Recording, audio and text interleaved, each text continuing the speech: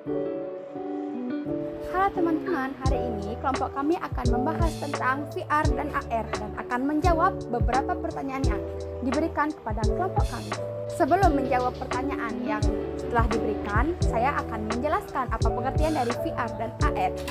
VR adalah teknologi yang dapat membuat interaksi dalam lingkungan 3 dimensi yang dibuat semirip mungkin dengan dunia nyata atau bahkan imajinasi kalian semua.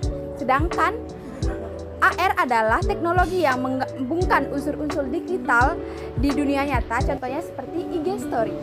Pertanyaan pertama adalah, manakah perangkat VR Head Mounted Display (HMD) atau VPC yang memunculkan respon konsumen lebih signifikan di toko virtual?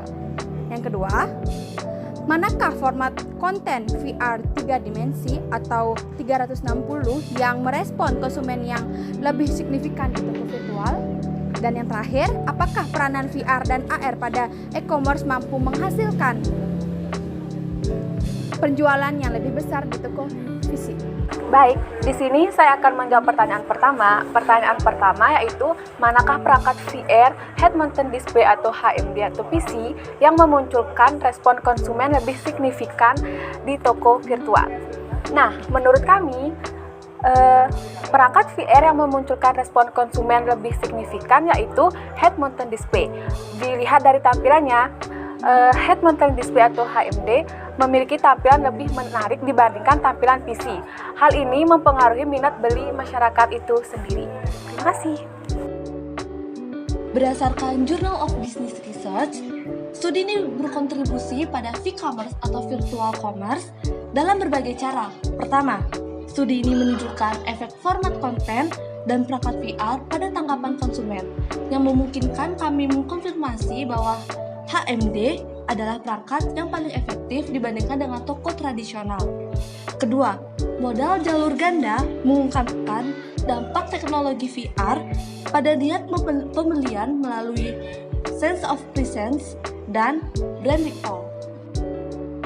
Pertanyaan kedua, manakah format konten VR 3D atau 360 yang merespon konsumen yang lebih signifikan di toko virtual? Nah, kedua ini adalah fitur yang dilayani atau diberikan oleh IKEA kepada konsumennya, yaitu fitur 3D dan fitur 360. Apakah perbedaan dari kedua fitur tersebut? Yang pertama, fitur 3D. Fitur 3D adalah fitur di mana kita sebagai konsumen dapat melihat suatu produk dari berbagai arah, entah itu depan, belakang, ataupun samping. Yang kedua, fitur 360 adalah fitur di mana kita dapat melihat segala keseluruhan di sekeliling kita, namun hanya dari satu perspektif saja. Berdasarkan Journal of Business Research, pada jurnal tersebut mengatakan bahwa fase pertama, kami melakukan tes ANOVA untuk konsumsi emosi, penilaian efektif, dan kehadiran. Karena rasa tidak nyaman, daya ingat, dan niat membeli tidak memiliki distribusi normal dan atau homogen, kami melakukan tes non-parametrik, Bristol-Wallis, dan Mann-Whitney. Format VR dan skor perangkat dibandingkan dengan kelompok berbeda dengan kelompok kontrol. Temuan fase 1 kami menunjukkan bahwa dua format konten VR, 3D dan 360, tidak menghindari perbedaan signifikan dalam respon kognitif dan efektivitas konsumen. Niat membeli ditemukan sebagai satu-satunya respon yang dipengaruhi oleh format VR. Citra 3D secara signifikan mendorong efek ini. Sedangkan untuk perangkat VR, perbedaan hanya ditemukan pada ketidaknyamanan dan rasa kehadiran. HMD mendorong tingkat kehadiran yang lebih tinggi dibandingkan dengan Powerwall, tetapi juga menghasilkan lebih banyak ketidaknyamanan. Baik, di sini saya juga akan menjawab pertanyaan yang ketiga. Pertanyaan ketiga yaitu, apakah penerapan VR dan AR pada e-commerce mampu menghasilkan penjualan lebih besar dari toko fisik? Nah, dari hasil penelitian kami, AR dan VR tidak menghasilkan penjualan yang lebih besar dari toko fisik. Tetapi dengan adanya penerapan VR dan AR, ini mampu meningkatkan total hasil penjualan. Dikarenakan ada beberapa alasan, berikut adalah data yang kami dapatkan. Teknologi AR dan VR dapat mengurangi jumlah return barang yang setelah pembelian. Selain itu, teknologi AR dan VR dapat meningkatkan customer experience yang berujung pada peningkatan revenue. Beberapa e-commerce sudah membuktikan manfaat dari VR dan AR untuk meningkatkan fitur barang. Pertama, return produk Spotify mengalami penurunan return sebesar 40% sejak menggunakan teknologi AR dan VR untuk review produk. Yang kedua, Gartner Scanners mengalami penurunan return sebanyak 5% dan peningkatan revenue sebesar 3% berkat teknologi AR dan VR.